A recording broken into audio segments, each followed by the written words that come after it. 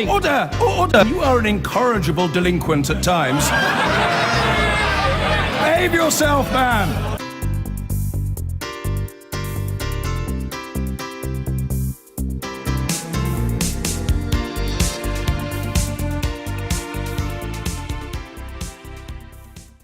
Now, Robert was mentioning Iraq there, and we've talked a lot on News at 10 about the slow and painful fight back against the group calling itself Islamic State in Syria, in Libya, on last night's programme, for example, and in Iraq itself. Well, despite recent advances by Iraqi and Kurdish forces, IS still controls a substantial area of northern Iraq, including the strategically important city of Mosul, which has a population of around 1 million. The next target for government forces on the road to Mosul is the town of Ghuraya. But with the fighting comes a familiar byproduct: flight, with thousands of civilians desperately trying to get away and find some kind of safety in the crowded refugee camps, like this one at Tabaga.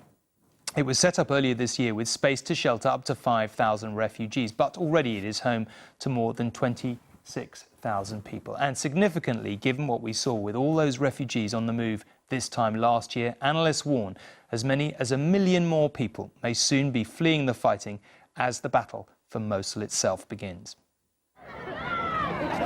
The race is on in the refugee camps of northern Iraq.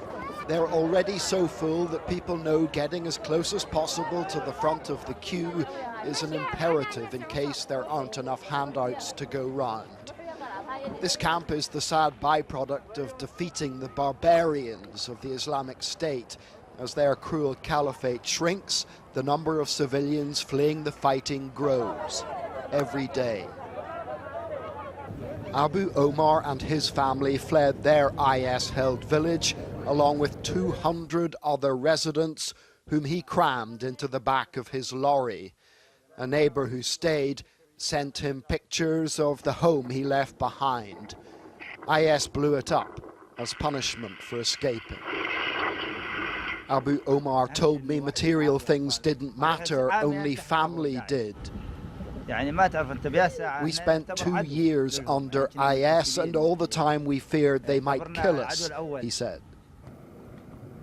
As the Iraqi army pushes IS back, a wake of destruction is left behind. No wonder civilians are fleeing this. The next objective for advancing forces is a town shrouded in darkness. Not only is Ghuraya strategic, it's sufficiently oil-rich for IS to send it up in smoke to obscure the view of coalition pilots. When the Iraqi army managed to take Ghuraya, it will be their biggest win yet in the advance towards the city of Mosul.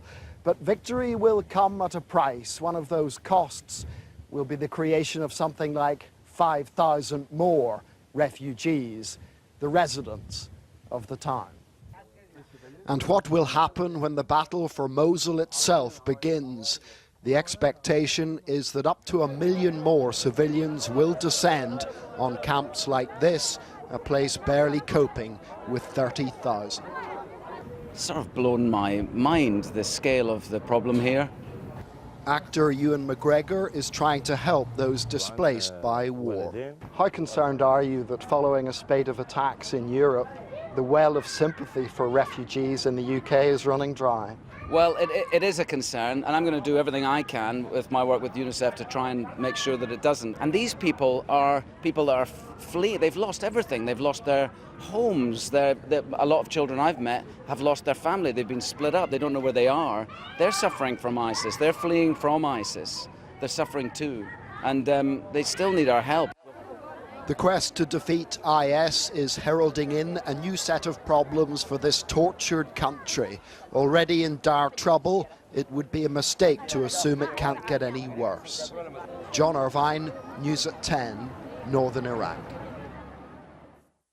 Well, whether refugees like those we've just seen are escaping the fighting in northern Iraq or Syria, some end up, of course, wanting to come to Europe, including the UK, for a better life. Back in January, a judge said 3 Syrian teenagers and a man with mental health problems should be allowed to join their families who were already here. But the Home Office, led then by Theresa May, appealed, saying it would simply encourage more to follow. Today, the Home Office won its case. This was the reaction of 3 teenagers and one of their brothers when in January they were told they could resettle with their families in the UK. Until that point, home for these 4 Syrian refugees had been what few people would call a home, the squalor of the migrant camp in Calais, most often referred to as the jungle. The Home Office, when Theresa May was in charge there, appealed against that decision by a UK judge. Today, it won. It could be a year before some of them get here. That's another winter in devastating, horrible conditions and dangerous conditions in the jungle camp, or what's left of it. And they're under the prey of traffickers and risking life and limb. The decision earlier this year raised the hopes of the 150 children living here without parents. Those hopes have now been dashed. Under an EU law called the Dublin Regulation, asylum claims must be made in the first country in which a refugee arrives. However, unaccompanied children who have claimed asylum can then apply to another country, like the UK, if they have relatives legally living there. The Home Office argued that procedure was not followed because these 4 refugees did not apply for asylum in France, where the backlog is huge. I think it's deeply disappointing that the Conservative government is trying to wriggle out of the responsibility that we surely have to desperate people fleeing from persecution and torture. The 4 people in question, 2 of them have been tortured, all of them have witnessed absolutely appalling things whilst they were in Syria. The Home Office says 30 children have been accepted since the most recent Immigration Act, and others with families here will be considered. But the journey to the UK for these lone children will now be a longer one. Chris Ship, News at 10. And in Syria itself today, another reminder of the severity of the war, with evidence of a chemical weapons attack in a rebel-held area. Pictures from Idlib province appear to show people being treated for the effects of gas. Rescue workers say a helicopter dropped containers overnight close to where a Russian military transport helicopter was brought down yesterday. 33 people needed treatment for what is suspected as chlorine gas. I've been getting